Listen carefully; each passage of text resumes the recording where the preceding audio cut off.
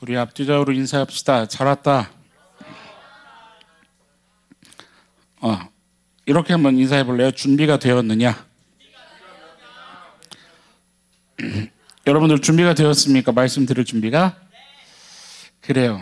막 이렇게 살아있는 청년들도 있고, 다 살아있어야 되는데, 목사님이 볼 때는 다 살아있는 것 같지는 않고, 그런데 이 시간에 말씀을 먹고 살아나야죠. 그죠? 다들 살아납시다. 오늘 찬양 시작하면서 예배를 하는데, 하나님이 오늘 우리 가운데 허락하신 마음은 이미 또 하나가 되게 하시는 것 같아요. 옆 사람한테 이렇게 한번 얘기해 볼까요? 하나님으로부터 위로를 얻자. 하나님으로부터 힘을 얻자. 아멘이죠? 목사님이 오늘 준비한 말씀이 있는데, 이 말씀 가운데 여러분들이 하나님의 마음을 또 알게 되는 그런 시간이 좀 됐으면 좋겠어요. 여러분들 하나님의 마음을 알고 살아야죠. 그렇죠? 살아가는 인생 동안에, 청년의 시절을 걸어가는 동안에 진짜 하나님의 마음을 가지고 진짜 크리스찬으로 살아가야죠. 그런 우리 하늘소망 한 사람 한 사람이 다 됐으면 좋겠어요. 오늘 여러분들 말씀 읽으면서 아는 내용인데 싶었죠? 그렇죠? 너무 친숙한 말씀이죠, 이거. 안 그래요? 옆 사람한테 한번 물어봐봐요. 너 이거 본문 내용 아냐? 아는 사람도 많은 것 같고 또 그 중에 모르는 사람도 있는 것 같고 하는데 그렇게 어렵지 않을 거예요. 목사님 말씀을 나누면서 중간에 줄거리도 이야기해 줄 테니까 중요한 거는 메시지를 좀 잘 이해하는데 몸부림을 쳤으면 좋겠어요. 옆 사람한테 한번 물어봅시다. 신앙생활의 기본이 뭐라고 생각하냐? 여러분들은 신앙생활의 기본이 뭐라고 생각해요?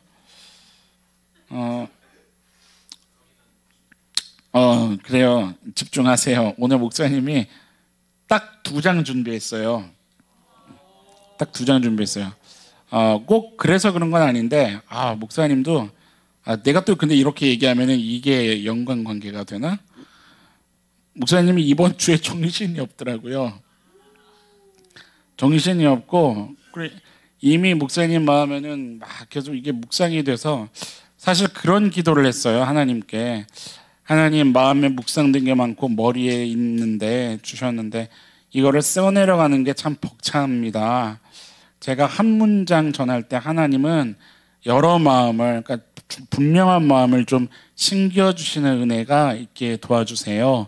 그러고서 적어내렸어요. 근데 그렇게 적으니까 목사님이 하여튼 기도하면서 적었거든요. 근데 중요한 메시지가 담겨 있으니 여러분들 집중하면서 몰라요. 2장이지만 짧을지 안 짧을지 그거는 알 수 없어요. 하나님께서 허락하신 은혜가 있겠죠. 벼랑간 얘기가 샜는데 신앙의 기본, 목사님이 이걸 묵상을 많이 하다가 실은 사무엘상 이제 뒤쪽으로 쭉 가면서 목사님이 나발과 아비가일과 다윗의 이야기를 좀 다룰까? 근데 그거 다룰 거예요. 목사님 시리즈로 한번 할 거예요. 나발의 이야기 한번 하고 아비가일 이야기 한번 하고 다윗 그 안에 담긴 메시지를 좀 잡을 시간도 가질 건데 그 이야기 안에 뭐가 함께 병행을 하냐면 누가 이제 몰락할 거예요 앞으로. 그렇죠. 이미 시작했죠. 몰락하는 게.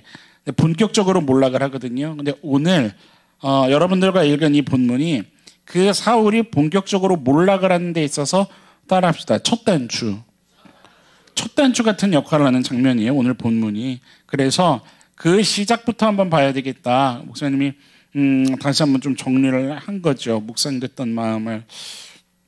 이거를 묵상하면서 목사님 마음에 같이 있게 생각된 것이 뭐냐면 그렇지. 신앙에는 기본이라는 게 있지.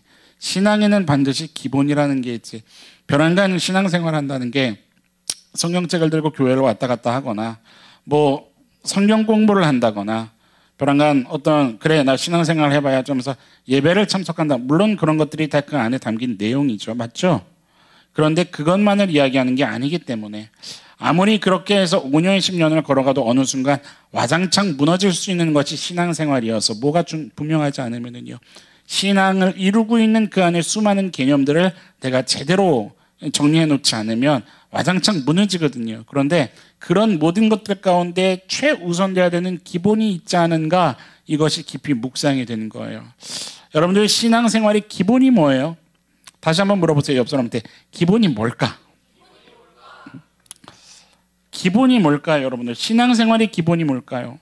어쩌면 여러분들한테 이것이 너무 식상할 수도 있을지 모르겠어요. 그렇지만 가장 중요하죠. 가장 중요하고 가장 두렵고 떨리는 이야기죠. 가장 두렵고 떨리고 가장 나에게 결정적 영향을 주는 이야기가 될 수밖에 없죠. 목요일 날도 목요일 성경 공부 안 하고 그 이야기를 좀 나눴었는데 여러분들 옆 사람한테만 물어보세요. 너는 하나님이 두렵니? 어때요 여러분들? 하나님이 두려운 인생을 살고 있습니까? 어떻습니까? 하나님 그 이름을 딱 떠올릴 때 여러분들 긴장이 되나요? 긴장이 돼야죠. 긴장이 돼야 되는 게 정상이죠. 하나님이라는 그 이름이 마냥 편해서는 안 되죠. 목요일날 목사님이 어떤 표현을 했냐면 건강한 두려움이 있어야 된다는 이야기를 나눴거든요. 사랑하죠. 맞습니까? 여러분들 하나님 사랑합니까? 너무 사랑하기 때문에 질서를 지키는 거죠. 맞죠? 목사님 조카가 목사님을 너무 사랑한다고 해서 삼촌 내 생일인데 선물 내놔 이래선 됩니까? 그거는 안 되는 거죠. 그렇게 해서는 안 되는 거죠. 너무 사랑하기 때문에 그 안에 반드시 갖춰야 할 건강한 두려움이라는 게 있다 이 말이에요. 여러분들 목사님 편한가 이 얘기를 꺼내는 이유가 뭐냐면 신앙생활에 있어서 가장 기본은 뭐냐면요 내가 믿는 분이 누구라는 거예요? 하나님이라는 거예요. 맞습니까?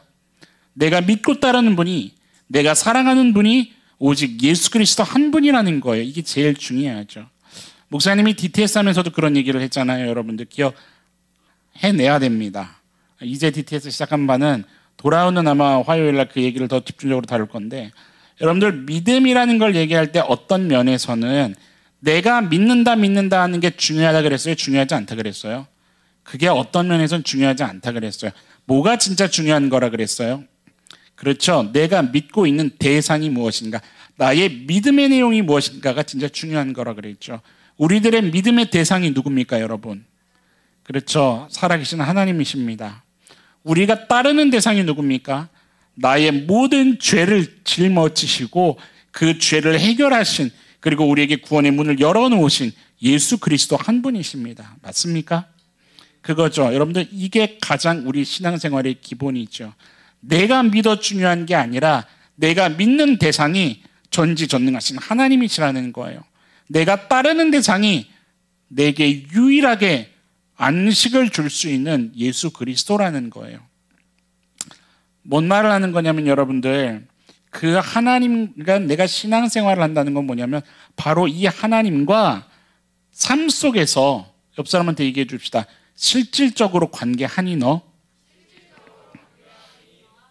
어떻습니까 여러분들? 실질적으로 관계해요? 일어났을 때부터 잠들기까지 여러분들의 하루 그 24시간을 살아가는 동안에 있어서 여러분들의 생각과 계획과 어떤 선택과 걸어가는 그 순간순간의 여정 속에 이 하나님이 여러분들의 인생에 가장 많은 영향을 최종적이고도 절대적인 영향권을 행사하시는 그런 분이 되고 계시냐 이 말을 하는 거예요. 여러분들이 어떤 말을 할 때 그 하나님이 신경 쓰입니까? 신경 쓰여야죠. 어떤 계획을 할 때 하나님이 신경 쓰이나요? 쓰여야죠. 성경에서는 간섭한다, 섭리한다 이런 표현이 있는데 왜 이렇게 신경 쓰이게 하는 거야? 이런 부정적인 어떤 표현이 아니라 그 하나님이 나에게 신경 쓰임으로 인해서 어떤 삶을 경험하게 되는데요? 가장 윤택하고 가장 완벽한 삶을 경험하게 되는 거죠. 맞습니까 여러분들? 뭐냐면은요 예수 그리스도로 인해서 옆 사람한테 얘기해 주세요. 너 평안하냐? 어때요 여러분들? 어떤가요? 여러분들 예수 그리스도를 내가 믿는다는 그 믿음 때문에 여러분들 평안한 인생을 걸어가고 있어요? 아멘이 없죠? 그렇죠? 이건 강요할 수도 없는 거고 여러분들 예수 그리스도를 믿는 그것 때문에 여러분들 살아가는 지난 한 주간의 삶에 힘이 좀 경험됐습니까? 그게 있어야죠. 경건의 모양만 있는 것이 아니라 내가 갖고 있는 그 경건으로 인해서 주님이 내게 공급하시는 매일의 새로운 힘이 있어야 되는 거죠. 주님이 가르쳐 주시고 이끌어 주시기 때문에 나로서는 할 수 없지만 내가 할 수 없는 거지만 하나님이 이끌어 주시고 때로는 강권하시는 그 하나님의 능력 때문에 내게 경험되는 인생이 있다 이 말이죠. 여러분들 그런 인생을 걸어갈 수 있는 하늘 소망이기를 간절히 소망합니다. 여러분들도 그걸 소망해야 되거든요. 오늘은 그 얘기를 좀 나누려고 하는 거예요. 내가 얼마나 예수 그리스도로 인해서 안정감을 누리는 삶을 살고 있는가. 내가 그 주님으로 인해서 얼마나 내 영혼이 만족하고 있는가. 여러분들 이것이 예수를 믿는 믿음으로 인해서 삶에서 경험되는 가장 실제적인 변화 중에 하나예요. 나 예수님 믿었더니 믿기 전하고 달라졌어. 옆 사람 봐보세요. 달라졌나요? 과거를 과거 흑역사 알아요 서로? 알아요? 목사님 사진을 하나 준비할 걸 그랬다. 목사님 빨간 뿔테에 되게 아주 차갑기 그지없는 표정으로 그 사진을 하나 준비할 걸 그랬네. 여러분들 비포 애프터가 달라야죠. 맞습니까? 틀립니까? 내가 예수님을 믿는다는 그 믿음 때문에 전과 후로 가장 달라지는 고백이 있다 이 말이에요. 어떤 고백이 생기나요? 오늘도 여러분들이 그 고백을 했었던 것 같은데 주님이 나의 뭐가 되십니까? 주인이 되십니다. 옆 사람한테 물어보세요. 정말 주인 되셔? 여러분들 스스로 이거는 매일 자문자답해야죠. 주님이 오늘도 나의 주인이신가? 내가 걸어가는 그 모든 인생 걸음에 정말 주님이 내 최종 결재권을 가진 분으로 내가 그분께 모든 것을 이양한 삶을 지금 살고 있는가? 나는 오늘 하루 그렇게 살아갈 건가? 여러분들 입술로만 내 삶이 주께 있다가 아니고요. 내 인생이 하나님 손에 있다가 아니라 내 삶의 고백이 그것이 따라가는 그게 있어야죠. 그게 비포 애프터가 확실한 거예요. 맞습니까? 이전에는 누가 중심이요? 내가 중심이요. 그렇죠? 내 중심, 내 감정, 내 어떤 경험이 중심이어서 어떤 삶을 사냐면 성경 그대로 이야기하자면 내가 수고하고 무거운 짐을 지고 걸어가는 인생을 사는 거예요. 근데 주님께서 뭐라고 하십니까? 수고하고 무거운 짐진 자들아 다 내게로 와라.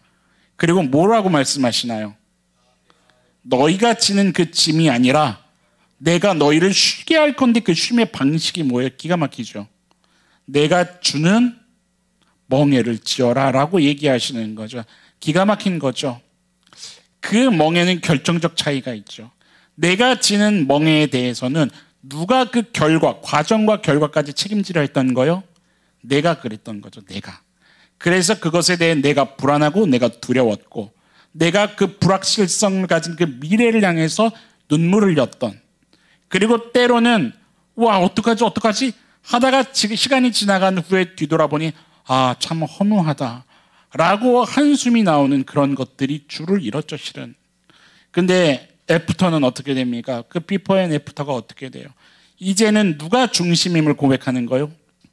하나님이 중심임을 고백하는 거예요. 맞습니까? 여러분들 그것을 고백합니까? 고백할 수 있어야죠. 내가 진짜 예수를 믿는다. 이것은 뭐냐면 내 삶의 중심은 하나님이 계신다. 이게 믿음으로 고백되는 삶인 거죠. 뭐냐면 하나님께서 붙잡고 계신 내 인생이기 때문에 그것을 내가 알게 되었기 때문에 과정도 결과도 다 누구의 이야기를 기대하게 되는 거예요? 하나님의 이야기를 기대하게 되는 거예요. 맞습니까? 내가 주는 멍에는 쉽고 가벼우니. 믿습니까? 어떤 의미라 그랬어요? 함께 지시겠다는 거죠. 주님께서. 쌍으로 매는 멍에라 그랬죠. 팔레스타인의 그 멍에가. 함께 지시는 거죠. 그런데 엄연히 얘기하면 누가 지시겠다는 강력한 의지요? 주님께서 지시겠다는 거죠. 내가 하는 것 같지만 여러분들 신앙생활 해보라고요. 내가 할 수 있어서 하나요 실은? 아니죠. 하나님이 이끌어가시는 거죠. 하나님이 이끌어가시는 것. 신앙이 성숙할수록 뭐를 경험하냐면 계속해서 그 고백이 있는 거예요. 하나님 앞에 설 때마다 죄인임이 느껴지는 거예요. 설 때마다 내가 악질 중에 악질이구나. 나는 가능성이 없구나. 내가 먼지구나. 하나님 앞에서 자랑할 게 정말 눈꼽만큼이 없는 거예요. 여전히 나는 쪼잔하고 여전히 나는 찌질하고 나는 못됐구나. 이걸 계속 느끼는 거예요. 그러면서 하나님의 도우심을 계속 구하는 거예요. 하나님, 당신의 도우심이 필요합니다. 하나님의 은혜가 없으면 내 감정 1분 1초를 다스리지 못하는 이렇게 찌질한 납니다. 하나님 이끌어 주십시오. 그리고 하나님이 내 신앙을 이끌어 가시는 걸 내가 경험하게 되는 거죠. 이게 확실하게 달라지는 가장 중요한 변화 중에 하나인 거죠.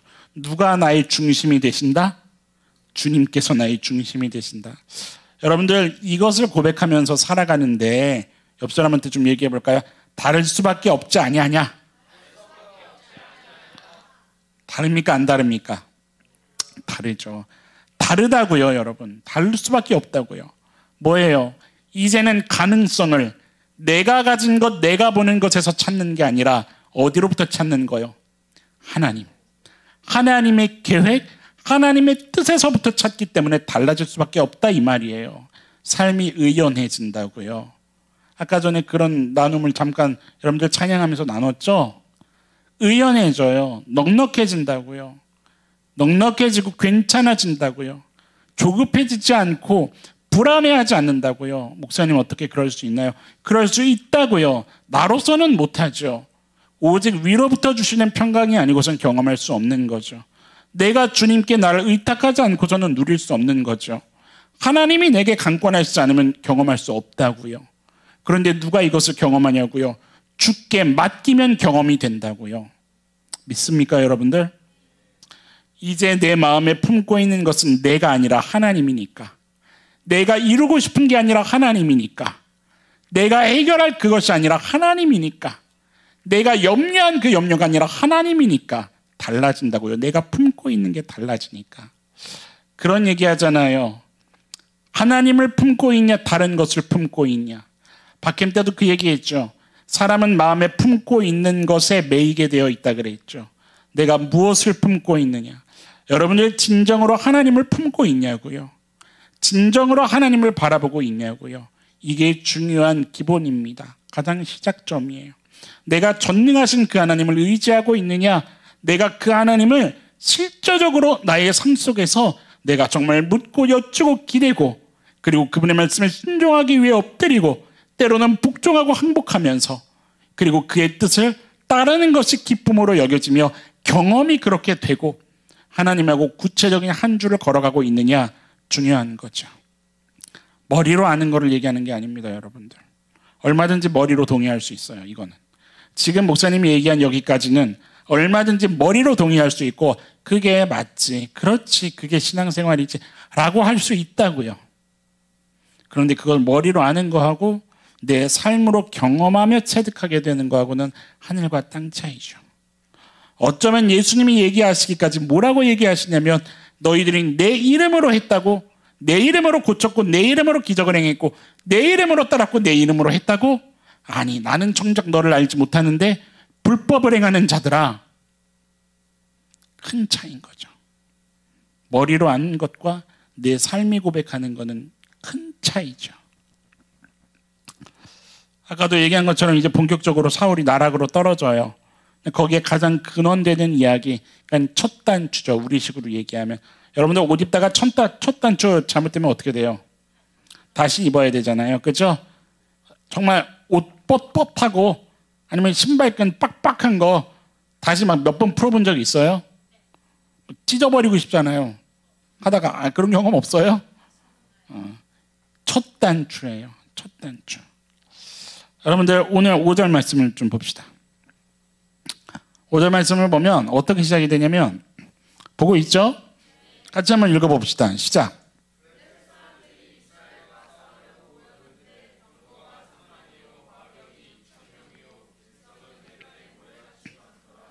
그들이 올라와 베다웬 동쪽 믹마스에 진쳤어요. 이게 뭔 얘기냐면 지금 어디를 쳐들어오기 직전이에요. 지금 이스라엘을 쳐들어오려고 지금 블레셋이 진을 친 거예요. 그런데 그 진을 친 모습을 보니까 어떠냐면 뭐가 산만이에요. 병거가 우리식으로 얘기하면 이게 뭐예요? 탱크예요. 탱크. 탱크가 몇만 대예요. 이게 상상이 돼요? 그러니까 이게 여러분들 와 어땠을까? 이거를 그냥 이게 써 있으니까 그렇게 읽지 말고 지금 내가 이스라엘 백성이다 생각하고 한번 읽어보라고요. 탱크가 3만 대예요. 그 다음에 뭐예요? 마병, 우리식으로 얘기하면 뭔 줄 알아요? 이게 전투기를 얘기하는 거예요. 전투기. 전투기가 6,000대 맞죠? 6,000대. 그 다음에 여기서 말하는 백성은 군사를 얘기하는 거예요. 어떻게 많아요?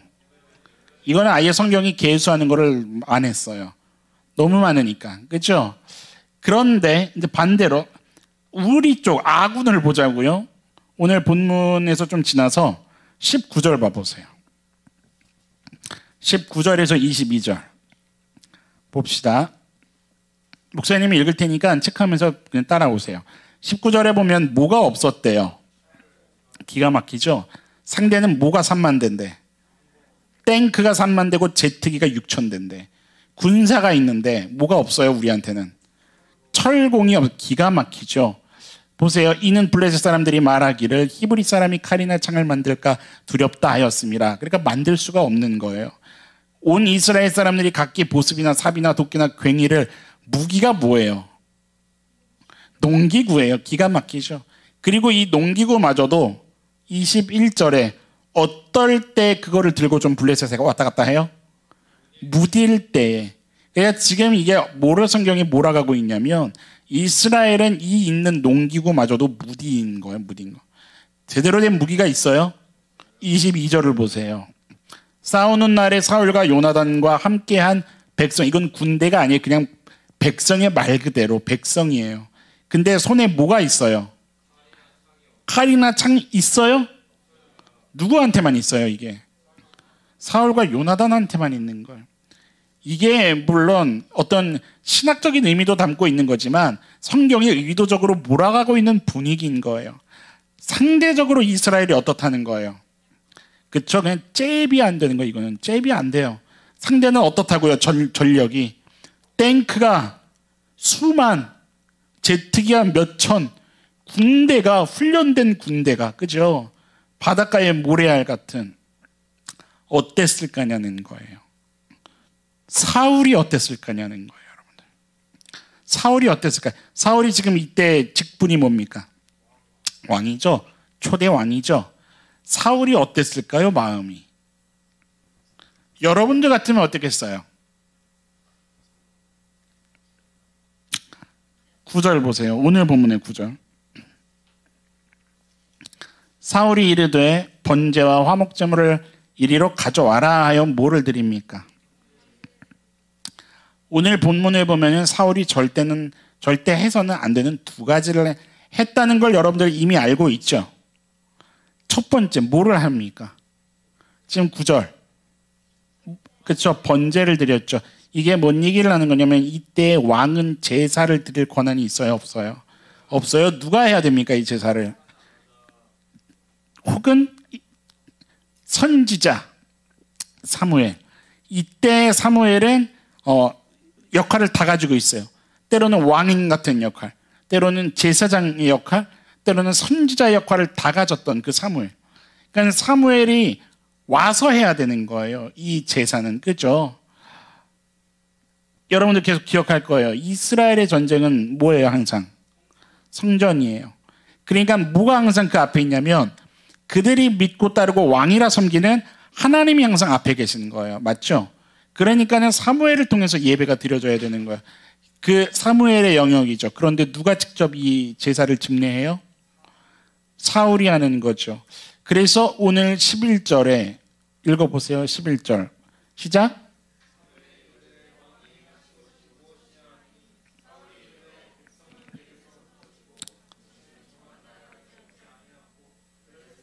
믹마스에 모였으면 내가 보았으면, 그 중간까지만 보면 사무엘이 대 왕이 행하신 것이 뭡니까? 이랬죠. 근데 이 분위기가 얼만큼 지금 쎄하냐면 바로 10절 그 끝에 사울이 뭐 했어요? 우리말로 얘기하면 쉽게 말하면 인사한 거예요. 그죠? 어서 오세요. 근데 지금 뭐예요? 11절에 사무엘이. 그쵸? 들어오면서 뭐 하시는 겁니까 지금? 호통을 치는 거예요. 이거는 호통을 치는 거예요. 문제가 있는 거예요? 없다는 거예요? 문제가 지금 있다는 거죠. 그 얘기를 하고 있는 거죠. 그리고 또 하나, 이게 오늘 목사님이 좀 집중적으로 다룰 건데, 사울이 사무엘이 오기까지를 얼만큼을 기다렸어야 했었을까요? 며칠을 기다려야 했게요? 그쵸? 거기 봐봐요. 몇 절이에요? 8절. 사울은 사무엘이 정한 기한대로 며칠을 기다렸어요. 그러니까 며칠을 기다리라는 거냐면 7일을 기다려야 된다는 그것이 있었던 거죠, 전제로. 근데 지금 뭐 했어요? 그거를 기다리지 않았다는 거죠, 사실은. 뭐냐면 사울이 7일을 기다려야 되는 것은 사무엘과의 약속이 아니에요, 사실은. 누구와의 약속이냐면 옆 사람한테 알려줍시다. 하나님과의 약속이래. 여러분들 특별히 이 7이라는 숫자가 갖는 의미가 있죠. 유대인들에게. 어떤 뜻입니까? 완전수죠. 7은 완전수, 그러니까 그죠? 3이 하늘의 수, 완전수, 4가 땅의 수. 이 두 개가 더해진 7이 또 하나의 완전수가 만들어진 게 이스라엘 그 유대인들에게. 이게 무슨 얘기냐면 그 7 완전수라는 것은 안식의 개념도 들어가 있는 거예요. 안식, 쉼이라는 개념이 들어가 있는 거예요. 뭔 얘기냐면 여러분들 안식일을 거룩히 지키라 했을 때 안식이라는 것은 단순히 쉼만을 이야기하는 게 아니라 내가 6일 동안 열심히 땀을 흘리며 수고하며 살아가죠. 그리고 7일째 되는 날 뭐 하는 거예요? 안식하는 거야. 그때 무슨 고백이 있어요? 나로 하여금 살아가게 하시는 분이 누구입니다? 오직 하나님 한 분이십니다. 내가 그것을 인정하며 고백합니다. 다른 말로 할게요. 하나님을 향한 주권을 고백하는 거예요. 안식이라는 것은. 무슨 말인지 이해돼요? 삶의 힘이 누구로부터 나오냐는 거죠. 여러분들 인생의 힘이 누구로부터 나옵니까? 그것을 고백합니까? 하나님으로부터 나온다는 거죠. 이것을 다시 한번 내 안에 확증하는 것이 안식이죠. 무슨 얘기를 하냐면 지금 거기 8절을 다시 봐봐요. 8절을 보니까 이래 동안 기다렸으나 이 지금 저기죠. but 그죠? 그러니까 이렇게 얘기가 나오니까 뭔 말이 나오냐면 늦었잖아요. 이 얘기가 나오는 거예요. 누가요? 사무엘이 늦었잖아요. 이 얘기를 하는 거예요. 그런데 이게 뭐냐면 이게 바로 끝내 내려놓지 않으려고 하는 그 인간의 관점이다라고 하는 거예요. 여러분들 오늘 이거를 좀 포커스로 목사님이 다루려고 하는데 이거예요. 옆 사람한테 한번 물어볼래요? 기다린다는 게 뭘까? 여러분 기다림 해봤어요? 기다림? 기다림이라는 걸 해봤어요? 신앙생활에서 기다림이라는 건 대단히 중요한 요소예요. 신앙생활에서 기다림이라는 것을 경험해 보지 못하고 나 신앙생활하고 있어 이거는 미안하지만 어린 거예요. 신앙생활은 기다림이에요. 어쩌면 기다림이 전부라고 해도 틀리지가 않아요. 왜요? 우리는 누구를 기다립니까 지금?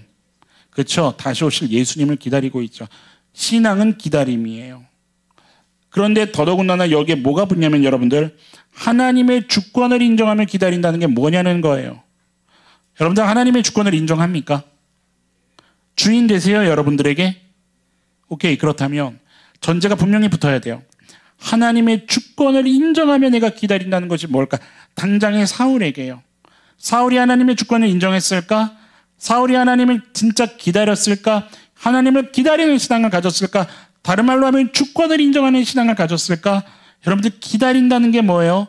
간단하게 얘기하자면 이거예요. 주님 바라보는 거를 얘기하는 거예요. 여러분들 기간이 하루가 지나고 블레셋이 쳐들어와도 누구를 바라보라는 거예요? 하나님을 바라보라는 거죠. 무슨 말인지 이해가 돼요? 이거죠. 신앙은 이거죠. 내가 이해하지 못할 그때에도 내 상식대로 되고 있지 않는 그 상황일지라도 주님을 향한 믿음을 고백할 수 있냐 이 말을 하는 거예요. 내 뜻대로 되지 않고 내 계획대로 되지 않아도 내 손에 잡히는 게 없어도 천지를 창조하셨다는 그 하나님이 생명에 간섭하신다는 그 하나님을 오직 한 분 모든 것의 주관자로 인정할 수 있는 그 믿음을 고백할 수 있냐 이 얘기를 하는 거예요. 그게 주님을 바라보고 주님을 기다리는 거예요. 심지어 하루가 넘어가도 약속한 날이 지나갔어도 여러분들 기다림의 절정이 뭔 줄 알아요? 그게 바로 순교예요. 이해해요? 내 뜻대로 되지 않았다고요. 내 생각한 최악에서 최악으로 갔다고요. 그런데 하나님이 받으시면 그거는 전부죠. 맞습니까? 오늘날 수많은 크리스찬들이 이 순수한 신앙을처럼 잃어버렸죠. 순교라는 것은 생각도 안 하고 살고 있죠. 왜냐면 다시 일제시대 같은 시대가 안 올 거라 생각하니까. 다시 그런 최악의 상황은 안 펼쳐질 거라 생각하니까. 근데 우리가 살아가는 이 땅의 현실은 각자에게 수많은 순교의 상황이 놓여져 있다는 걸 우리가 잊고 있다는 거죠. 하나님을 품고 있냐? 하나님이 아닌 다른 것을 품고 있냐? 그것을 다른 말로 표현하면 너 순교냐 아니냐를 묻고 있는 것과 똑같은 거거든요. 진짜 하나님을 바라보고 있냐? 진짜 하나님이면 전부냐? 여러분, 하나님이 전부라는 게 뭐를 얘기하는 건 줄 알아요? 내게 없다는 거예요. 내가 주장할 게 없다는 거예요. 내가 고집할 게 없다는 거예요. 지금 내가 죽어도 찍소리 하나 하지 않겠다는 거예요. 이게 신앙이라고 하면 여러분들 어떻습니까? 근데 그게 신앙이거든요. 왜 극단이십니까? 아니죠. 주님을 따르려거든 자기를 부인하고 자기 십자가를 지라 하셨기에. 내가 없는 거기 때문에 모든 믿음의 선진들은 다 세례를 받거든요. 죽었다는 거예요. 여러분들, 예수님이 십자가에 죽으셨을 때 반만 죽으셨습니까? 반은 주장하시고 반은 주장하지 않으셨습니까? 근데 우리는 어떤 때는 주장한다고요. 어떤 때는 살아있어요. 좀비 같은 거죠. 뭔 얘기하는 건지 알아요? 안 죽었다고요. 죽어야 되는데 안 죽었다고요. 죽음은 극단이죠. 죽음은 아예 없는 거죠. 그리고 주님이 계셔야 되는 거죠. 근데 아닌 거예요. 아닌 게 너무 많은 거예요. 그 생각을 하라는 거예요. 뭔 얘기냐면 여러분들 지금 사울이 기다렸다는 게 뭔 줄 알아요? 세고 있다고요. 날짜를 세고 있다고요. 무슨 말인지 이해돼요? 날짜를 세고 있는 것은 주님 바라보는 게 아니죠. 무슨 말인지 이해가 됩니까? 맡기지 못하고 있는 거라고요. 맡기지 못하고 여전히 계산하고 있고 언제든 결정적인 순간이 되면 내가 붙잡으려고 전전긍긍하고 있다고요. 오늘날 수많은 크리스천들의 공통적인 문제, 지독한 치명적인 문제, 결정적인 순간이 되면 언제든 주도권을 내가 잡고 내가 내 것으로 가져가 버리는. 하나님께 드렸습니까? 아니더라고요. 결정적인 순간이 되면 내 뜻을 따르고 내 주장을 다시 세우고 내 감정을 내세우고 나를 앞에다가 전면에 내세우는 오늘날의 신앙인들의 전형적인 모습. 옆 사람한테 얘기해 주세요. 그러지 말자. 우리 죽자. 죽어야죠. 어디선 그렇게 얘기하더라고요. 왜 이렇게 기독교가 신앙이 죽네 이 얘기를 하냐고. 왜 죽자 이 얘기를 자꾸만 하냐고. 모르는 거죠. 미안하지만 잘못 알고 있는 거죠. 신앙은 죽는 거죠. 죽고 내 안에 그리스도께서 사시는 거죠. 주께서 사셔서 주님이 이 땅에 하나님의 나라를 온전히 이루실 수 있도록 나를 그분의 도구로 내어드리는 삶이 신앙이죠. 그리고 모르는 거죠. 하나님께 내어드린 그 삶을 살았을 때 얼마나 내 생각 이상의 너머에 만족된 삶을 경험하게 될지를 인간의 눈으로 모르고 있는 거죠. 우리 하늘 소망 청년들은 하나님이 허락하시는 하나님께서 주실 영광을 누리는 살아있는 청년들로 살아갈 수 있기를 축원합니다. 이 시간도 하나님이 영광을 준비하셨죠. 믿습니까? 그 바라기게 주시려고 예비하셨던 하나님의 그 위엄과 찬란한 영광을 준비하셨죠. 이 시간도. 누가 그 영광을 취하는 주인공이 될 수 있냐 이 말입니다. 여러분들이 일어나서 두 손을 들고 그 영광을 취하는 주의 군사들일 수 있기를 간절히 축원합니다. 사울은요, 계산하는 거요. 이래를 기다렸다고요? 아니요. 진짜 기다리는 사람은 숫자를 세지 않아요. 진짜 기다리면 그 기다리는 것 자체에 마음을 두지 않아요. 누구를 바라봅니까? 올 분을 바라보는 거죠. 올 분을 바라보고 나와 약속한 그분을 바라보는 거고 그저 그분을 향해 눈물을 흘리는 거죠. 언제 오시려나? 오늘 오셔도 내일 오셔도 언젠간 오셔서 나를 안아주실 그분을 사모함으로 기다리는 거라고요. 그게 재림을 믿는 크리스천들의 특징입니다. 날짜를 왜 세요? 왜요? 뭐 세다가 안 오시면 배신할 겁니까? 그 얘기하는 거예요. 지금 사울이 그거예요. 날짜 세다가 안 온 것 같으니까 배신 때리는 거라고요. 온전하게 바라보려면 여러분들 모든 걸 다 걸어야 할 거 아닙니까? 왜 반만 걸치냐고요. 왜 뒤에서 머뭇거리냐고요. 내려놓고 하나님 앞으로 들어올 수 있는 결단이 있기를 축원합니다. 여러분, 성경이요, 사울의 뭐를 드러내려고 하는지 성경을 보라고요. 10절 봐보세요. 10절 한번 같이 읽어봅시다. 시작.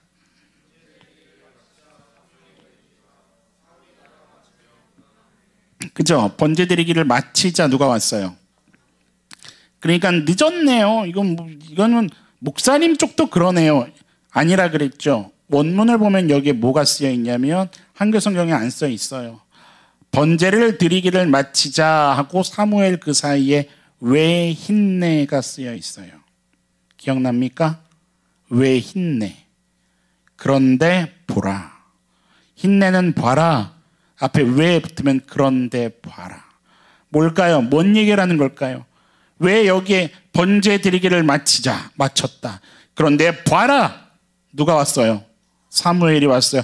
뭘 보라는 걸까요? 지금 하나님이 보라는 거예요. 좀 한번 봐라. 좀 왜 하필 네가 일을 저지르자마자 왔을까? 왜 그 타이밍에 왔을까? 왜 하필 그때 왔을까? 이미 네 마음에 뭐가 있냐를 보라는 거예요. 하나님은 이미 네 마음에 뭐가 있냐는 거예요. 의지하지 않잖아요. 바라보지 않잖아요. 세고 있잖아요. 염려하고 있잖아요. 염려하다, 언어에 어떤 의미가 있다 그랬어요? 두 사물을 동시에 바라보다. 무엇이든 염려하지 말고 구할 것을 하나님께 아뢰라. 무슨 뜻이라 그랬어요? 하나님 한 분 바라보라는 얘기예요. 너 눈으로 찢어서 세상 바라보고 하나님을 견주는 그 염려가 아니라 바라볼 거면 하나님 한 분 바라보며 하나님께 올인하라, 이 얘기를 하는 거잖아요. 근데 그게 아니라고요. 세고 있다고요. 계산하고 있다고요. 여전히 마음 가운데 올인하고 있지 못하다고요. 봐라. 지금 네 마음 상태가 어떤지. 왜 하필 네가 이를 터뜨리자마자 사무엘이 왔을까? 네 마음 상태가 지금 어떠냐 보라는 거예요. 성경은.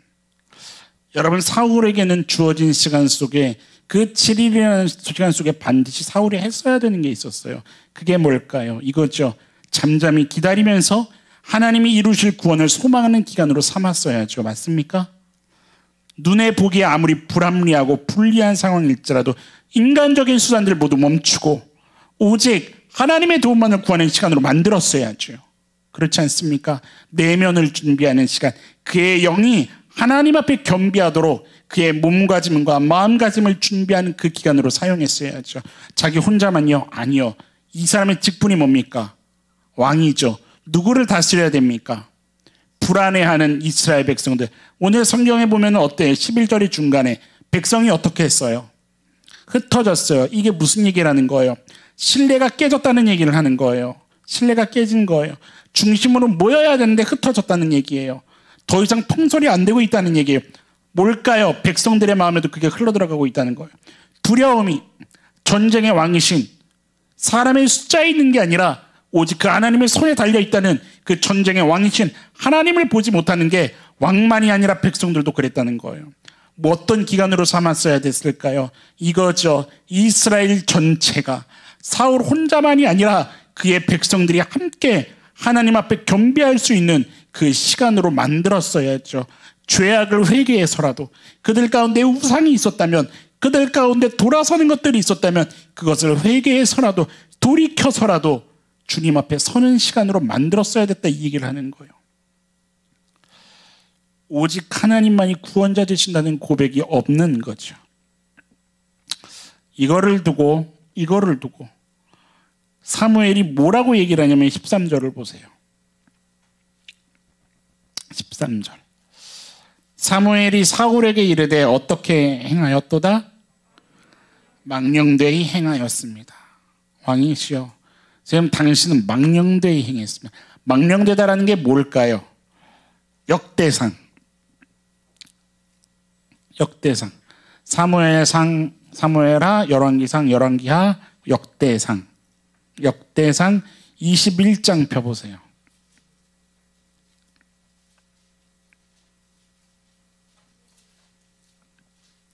역대상 21장 7절 봅시다. 폈어요? 하나님이 이 일을 어떻게 여기셨어요? 악하게 무슨 일이냐면 그래서 이스라엘을 치심에 8절 같이 읽어보세요. 시작.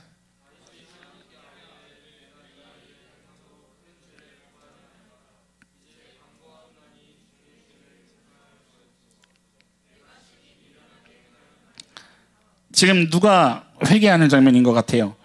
다윗이 회개하는 장면이에요. 왕으로 치레하고 있을 때 왕이 하지 말았어야 했던 행동이 있어요. 어떤 경우에는 하나님이 백성의 수를 세라라고 하실 때가 있었어요. 그런데 왕이 세워지고 난 이후에 하나님이 뭐를 금하셨냐면 숫자를 세지 말아라 이 얘기를 하시는 거예요. 왜일까요? 이유가 뭘까요? 숫자를 센다는 게 어떤 의미인 줄 알아요? 의지하지 않는다. 왜일까요? 왜 의지하지 않는 걸까요? 백성의 수는 누구를 카운트해요, 여러분? 그렇죠. 남자. 어떤 남자일까요? 오케이. 전쟁에 참여할 수 있는 남자의 수를 카운트하는 거예요. 여러분들 그럼 백성의 숫자를 카운트한다는 건 뭐예요? 왜 이게 하나님을 의지하지 않는다는 증표가 돼요? 그렇죠. 내 손에 몇이 있나? 우리에게 전력이 얼만큼이 되나? 내가 얼만큼 할 수 있나? 다윗도 이 실수를 한다고요. 그래서 근데 하나님이 그걸 어떻게 여기냐면 어떻게 여기셨어요? 7절에 악하게 여기시는 거예요.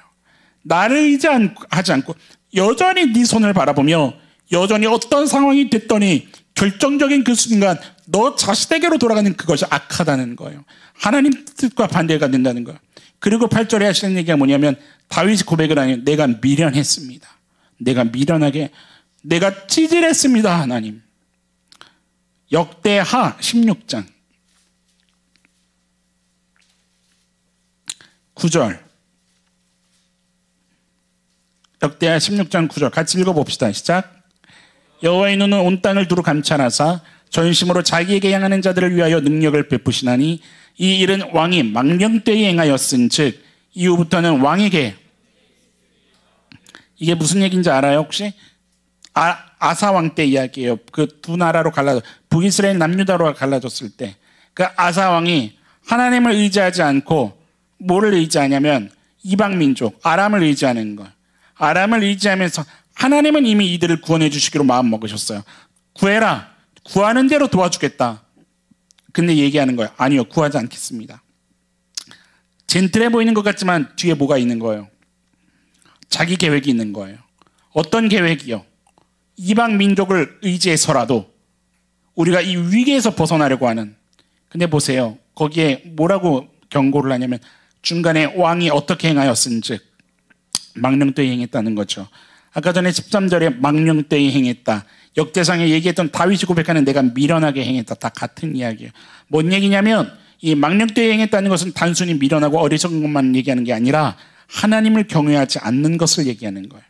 내가 하나님을 경외하지 않았습니다. 하나님을 두려워하지 않았습니다. 내가 하나님을 무시했습니다. 업신여겼습니다. 두려워하지 않았다고요. 무서운 게 뭐냐면 오늘 본문 다시 돌아와 볼래요?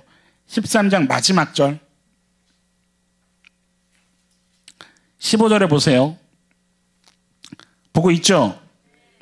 사무엘이 일어나 길갈에서 떠나 이제 사울에게서 이 떠나가 또 중요한 단어예요.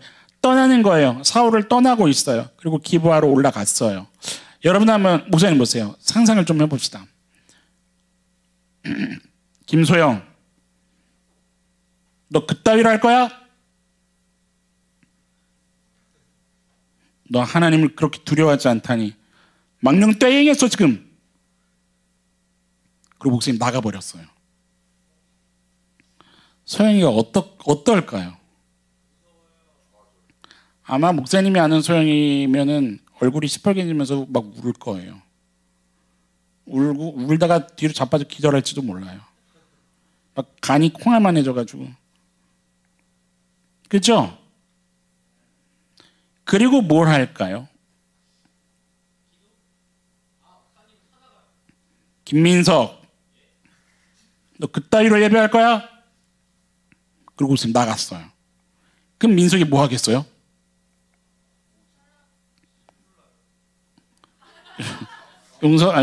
동교는 상담 예약.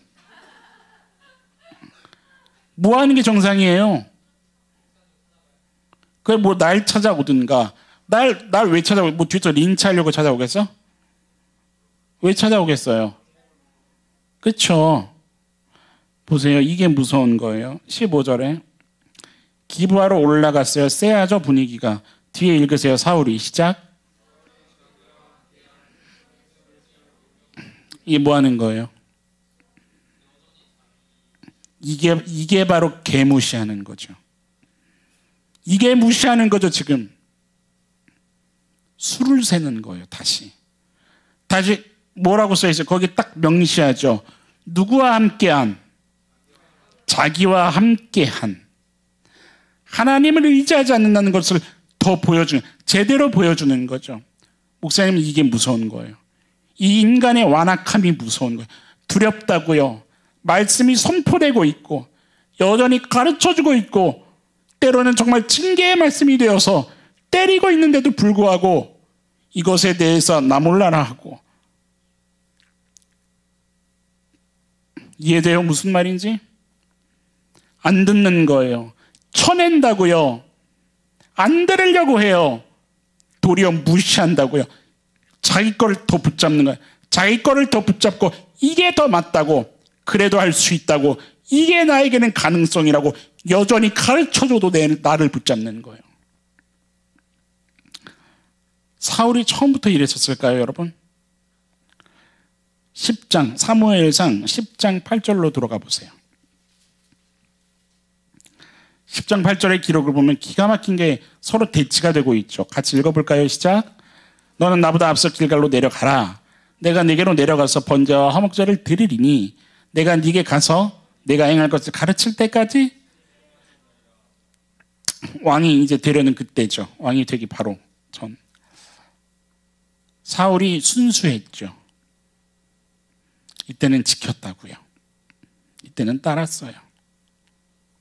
왜 흔들렸을까요? 왜 그렇게 했을까요? 왜 이렇게 달라졌을까요? 오늘 본문의 11절, 12절이 유일한 단서가 그렇게 나오는데 봅시다. 11절 보세요. 11절 보면 사무엘이 이르되 왕이 행하신 것이 뭡니까? 아니 사울이 이르되 뭐라고 해요? 시작. 백성은 내게서 흩어지고 첫 번째 누가 흩어졌어요? 백성이. 하나님보다 의지했던 백성이 눈에서 사라지기 시작했어요. 두 번째, 당신은 정한 날에 오지 않았어요.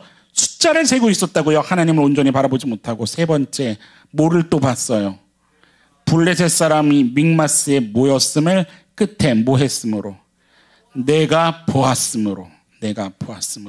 이게 이 사무엘상으로 들어오기 전에 사사기에 만연하게 펼쳐져 있었던 분위기였죠. 내가 보았으므로, 내 눈에 본 대로, 내가 보고 내가 판단한 대로. 내가 봤다는 거죠. 다른 말로 할게요. 팩트에 무너지는 거예요. 내가 보고 내가 본 사실, 내가 느끼는 거. 여러분들 사실이 뭐예요? 우리에게 실제로 일어난 일들을 얘기하는 거예요. 내가 오늘 누구한테 상처받은 게 사실이고, 어떤 문제 때문에 지금 내 마음이 어려워진 게 사실이고, 그죠? 그 사실. 그런데 문제는 그렇기 때문에 하나님과 동행하지 못하고 있다고요, 여러분. 하나님과 동행하지 못하고 있다고요. 순종하지 못하고 있고, 믿지 못하고 있고, 기대지 못하고 있다고요. 그 얘기를 하는 거예요. 왠 줄 알아요? 사단이 집중하게 하는 게 팩트이기 때문에. 사단은 진리를 집중하게 하는 게 아니라 내 눈에 보이는 현실을 집중하게 한다고요. 그냥 그놈 때문에 내가 미치기 직전이에요. 어쩌라고요? 왜 그놈 때문에 미치냐고요? 하나님이 그 사람보다 크지 않아요? 내가 믿는 하나님이 그보다 크지 않냐고요? 그 문제 때문에 미치겠다고요? 왜 미쳐요? 하나님을 품으라고요. 문제를 품지 말고 하나님을 품으라고요. 하나님이 크지 않으세요? 여러분들이 믿는 하나님은 어떤 하나님이세요? 목사님한테 그렇게 물어보는 거예요. 제가 믿는 하나님이 목사님하고 믿는 하나님하고 다른 것 같아요. 다르더라고요. 같은 하나님인데 다르게 믿고 있더라고요. 이해돼요? 무슨 말인지? 같은 하나님인데, 똑같이 크신 하나님인데, 똑같이 천재를 창조하신 하나님인데 계산하면서 믿는 거죠. 의심하면서 바라보는 거죠. 여전히 나를 품고 바라보는 거죠. 하나님을 품지 않는다고요. 사울의 변명이 뭐요? 결국은 세 가지를 얘기했지만 한 가지 얘기하는 거죠. 하나님을 향한 그의 믿음의 고백은 하나님을 향하지 않았다는 거예요. 거기에 당하지 말라는 거예요, 여러분들. 사단이 노략질하는 그 패턴에 당하지 말라고요. 사단이 뭘 하냐면 하나님을 향해야 할 그 마음이 일어날 일들에 집중시키면서 믿음을 채가버린다고요. 여러분들 진리를 붙잡으라고요. 진리를 붙잡으세요. 진리가 뭡니까? 하나님 말씀 아닙니까? 변하지 않는 하나님의 말씀. 여러분들 세상 사람들은요 사실 가지고 바라볼지 몰라도 우리는 뭐 해야 됩니까? 진리를 붙잡고 진리를 따라가는 사람들인 거죠. 그래서 능력 있는 거죠. 믿습니까? 그래서 의연하고 당당하고 손가락질 당해도 괜찮은 거죠. 자녀답게 담대하고 세상에 흔들리지 말고 여러분들. 여러분들 이러지 않겠어요? 만약에 애인이 있는데 남자가 계속 뭐 먹고 싶어? 내가 벼랑간 여기서 돈가스 먹자 이러면 소영이 얘기하는 거 같겠지? 그래, 삼겹살 먹으러 가자. 근데 이 남자가 뭐라고 얘기해요?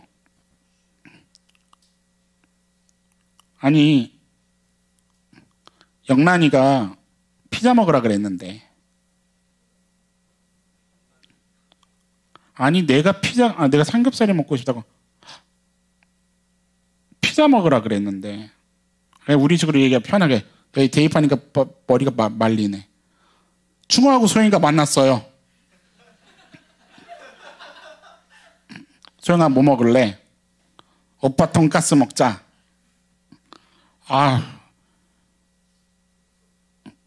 세인이가 피자 먹으라 그랬는데, 아니 오빠 내가 돈가스 먹고 싶어.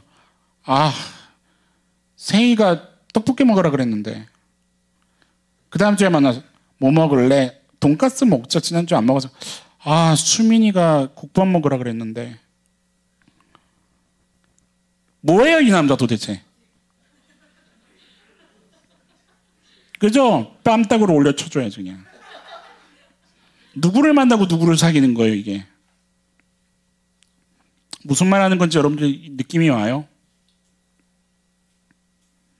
여러분들은 하나님 소리에 더 청종해요.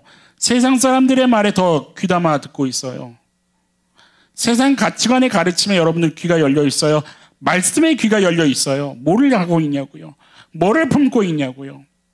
인터넷 정보는 열심히 찾아보고 어른들에게 질문은 열심히 하고 세상의 지식은 담으려고 혈안을 내지만, 여러분들 말씀이 아니라고 하면 그 말씀에 대해서 복종하고 있냐고요? 사무엘상 12장 펴보고 마칩시다. 사무엘상 12장 22절부터 한번 보세요.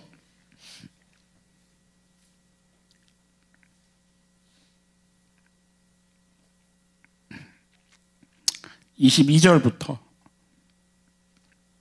24절까지 한번 읽어봅시다. 시작.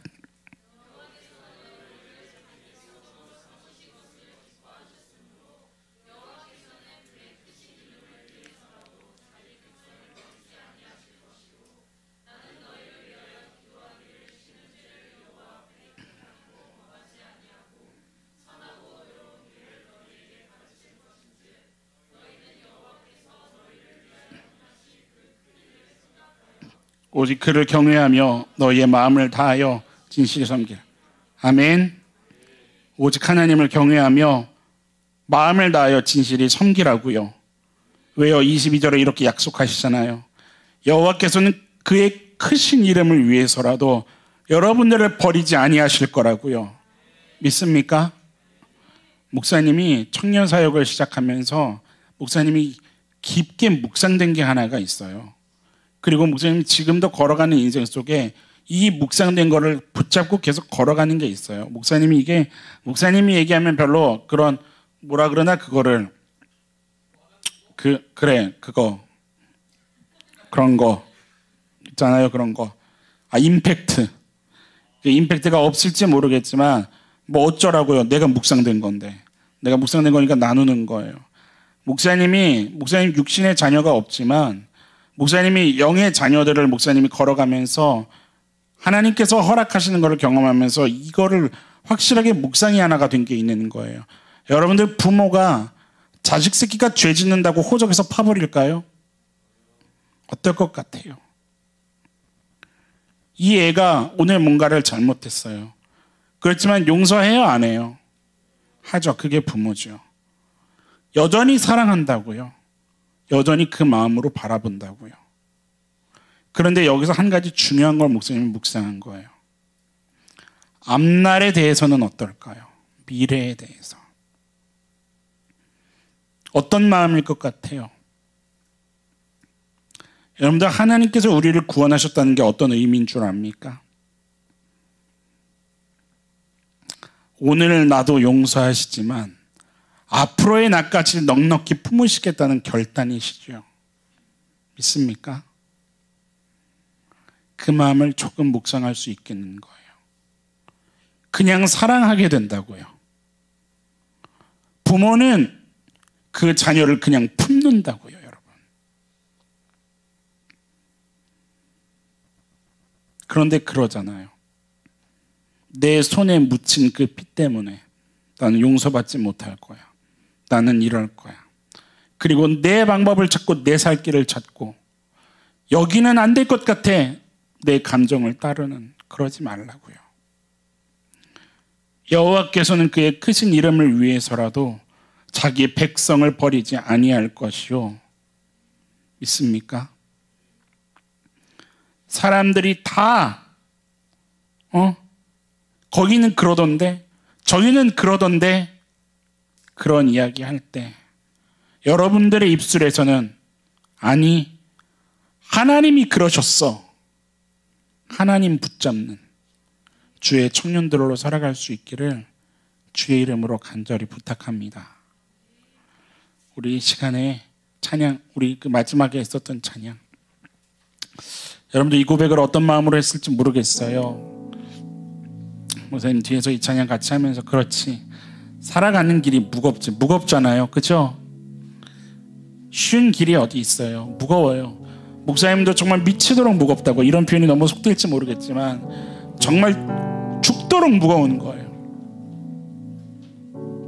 때로는 거룩한 결단을 하고 내가 주님을 쫓겠노라 마음을 먹고 그것을 실행에 옮기는 과정에 있을 때, 그럴 때조차라도 여전히 인간의 한계를 느끼고 경험하고 여전히 찌질한 나를 마주하게 되고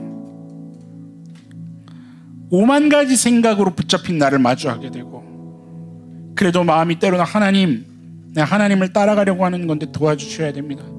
근데 그럼에도 불구하고 마주하는 현실은 여전히 내가 눈물을 흘려야 하고 땀을 흘려야 되고 여전히 답답하고 당장에 해결되지 않는 그 한숨이 있는 거예요. 이 땅에서 사는 게 그렇다고요. 이 땅은 그럴 수밖에 없다고요. 성경이 그 얘기를 계속하고 있잖아요. 근데 어쩌라는 거예요? 그게 어쩌냐는 거예요? 우리에게 하나님이 있지 않냐는 거예요. 여러분 하나님 믿지 않습니까? 믿습니까? 안 믿습니까? 믿음에 따라 살아가라는 거예요. 그 믿음에 따라 하나님이 포기하지 아니하실 테니까, 내가 여전히 응원할 테니까 그 응원을 힘입는 자로서 당당함을 좀 보여주며 살아가라, 이 말을 세상으로 하여금 거룩한 호기심을 불러일으킬 수 있는, 진짜 생명의 영향력을 흘려보낼 수 있는 권능에 사로잡힌 자로 좀 살아달라는 거예요. 주님으로부터 예비하신 그 은혜를, 그 충만함으로 위로를 누리면서 삶 속에 무거운 그 짐을 지고 걸어가지만 주의 영광을 노래할 수 있는 주의 권속들로 그 삶을 소망하면서 우리 이 찬양을 고백하고 함께 기도하는 시간 갖도록 합시다. 알겠습니까? 우리 영광을 취할 자로서의 찬양을 고백합시다.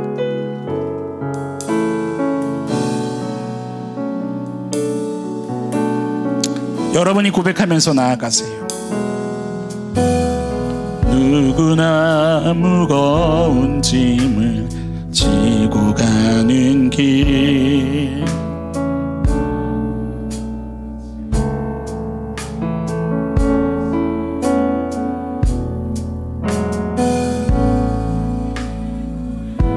점점 희미해지고 내일의 두려움 넘치지만 나는 우리 한 번 더 좀 불러봅시다. 누구나 무거운 짐은 주님 이것이 나의 이야기입니다. 주님 나를 긍휼히 여겨주십시오. 주님 부탁드립니다. 주님 내가 지금 걸어가는 이 길이 도무지 끝을 볼 수가 없는 것 같습니다. 주님 알 수 없네. 사랑의 노래는 점점 희미해지고 내일의 두려움 넘치지만 우리 2절 고백해볼까요? 우리를 향해 예비하신 그 주님을 믿음으로 노래합시다. 사랑의 주님이 나를 믿음으로 선포하세요. 여러분 주님이 나를 부르신 그 길 아멘 나의 힘으로 그렇습니다. 주님 알 수 없네. 아멘 아멘. 여러분 믿음으로 선포합시다. 예비하시니 주님 내가 오직 주님을 바라보겠습니다. 주님을 기다리겠습니다. 주님 의지하여 아멘. 나는 오늘도 가네 선포합시다. 주의 영광 노래하리 더 이상 나 버틸 힘이 없어도 모든 상황 끝에서 다시 볼 때 알게 되리라 아멘. 크고 넓은 여호와 아멘 아멘. 주의 영광 바라보리 만군의 주 그신 나의 하나님 전능하신 주님과 동행할 때 알게 되리 아멘. 날 만드신 우리 후렴 한 번 더 고백합시다. 주의 영광 주님을 노래하는 삶이길 원하며 주여 붙잡아 주옵소서 아멘. 주여 힘이 없어도 모든 상황 끝에서 다시 설 때 알게 돼 나를 일으켜 세우실 주님 크고 넓은 여호와 하나님 주의 영광 바라보리 만군의 아멘. 크신 나의 하나님 전능하신 주님과 동행할 때 알게 되리라 날 만드신 사랑. 우리 이 시간에 이렇게 좀 기도합시다. 주님 제가 사람입니다. 아시지요? 연약합니다. 인정합니다. 주님 그래서 도와주셔야 합니다. 보여주셔야 하고 가르쳐주셔야 하고 채워주셔야 하고 이끌어주셔야 합니다. 주님 주님을 향한 결단만큼은 진실임을 이 시간 몸부림칩니다. 주께서 세워가시는 하나님의 이야기 하나님의 일들을 기대하는 자녀로 주님 내게 삶의 그 시간이 다시 허락된다면 주님 이것을 경험하기를 원한다고 주여 나를 좀 이끌어달라고 내가 주님 앞에 바로 서기를 원한다고 우리 시간에 회개하면서 결단하면서 구하면서 함께 기도하며 나아가도록 합시다. 우리 함께 주여 외치고 기도합시다. 기도합시다. 주여 주여 여호와께서는 너희를 자기 백성으로 삼으신 것을 기뻐하였으므로 여호와께서는 그의 크신 이름을 위해서라도 자기 백성을 버리지 아니하실 것이요, 살아계신 하나님, 이 말씀을 의지합니다. 이미 우리들의 인생을 그 넉넉한 사랑으로 바라보고 계시는 하나님을 우리도 온전히 바라보기를 소망합니다. 세상 형편에 따라서 계산하고 머뭇거리고 두려워하며 염려하는 것이 아니라, 하나님 우리에게 올인하셨는데 우리도 모든 것을 다하여 주님 사랑을 노래하는 인생 되기를 소망합니다. 주님, 그냥 소망으로 그치지 않게 하시고 삶으로, 정말 주님 말씀하셨던 것처럼 마음으로 믿어 의에 이르고 입으로 신하여 구원에 이를 수 있는 우리 하늘 소망 모두가 되게 하여 주시옵소서. 삶이 허락된다면 그 허락된 시간 속에서 마땅히 주님께 올려드려야 할 것을 드리며, 부르신 자리마다 주님이 공급하시는 새 힘으로 정말 당당하게 살아갈 수 있는 주의 분사들 되게 하여 주옵소서. 어떤 세상의 권세 앞에서도 굽신거리지 않게 하시고, 오직 주의 이름을 붙잡는 것을 명예로 여기며 자랑할 수 있는 복음에 붙잡힌 자들로 살아가게 하여 주시옵소서. 하나님, 오늘도 주님께 저희들 예물을, 헌금을 드렸습니다. 주님, 기쁘게 받아주십시오. 가장 소중하다 여기는 것을 드린 건지도 모르겠습니다.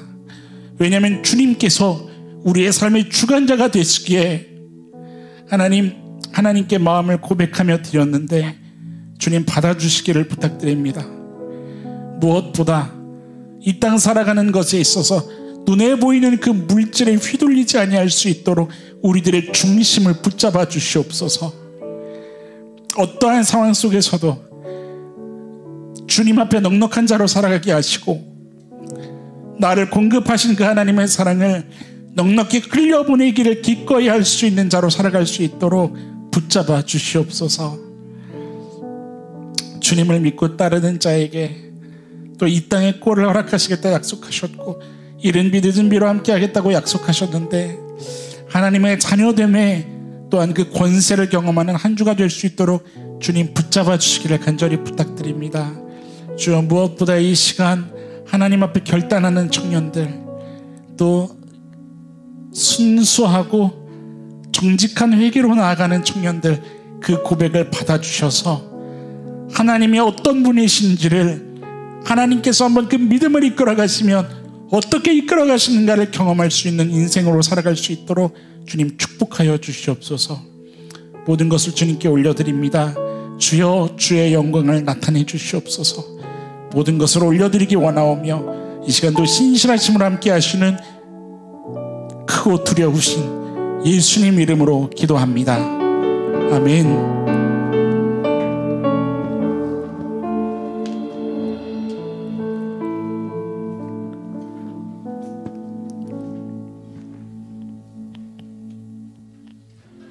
목사님의 고민이 DTS와 성경 공부입니다. 어떻게 해야 이 참여한 사람들이 더 하나님을 바라보고 자라날 수 있을까? 이게 목사님 고민이에요. 그런데 하나님께서 주신 마음이 이런 마음입니다. 신홍아, 네가 하는 거 아니다. 너 나를 바라보고 있니? 너를 바라보고 있니? 그런 마음을 묵상시켜 주셨습니다. 우리 하늘소망 식구 여러분, 요즘 여러분들의 고민은 뭡니까? 그리고 그것을 가지고 하나님께로 나아가며 하나님 바라보고 있습니까?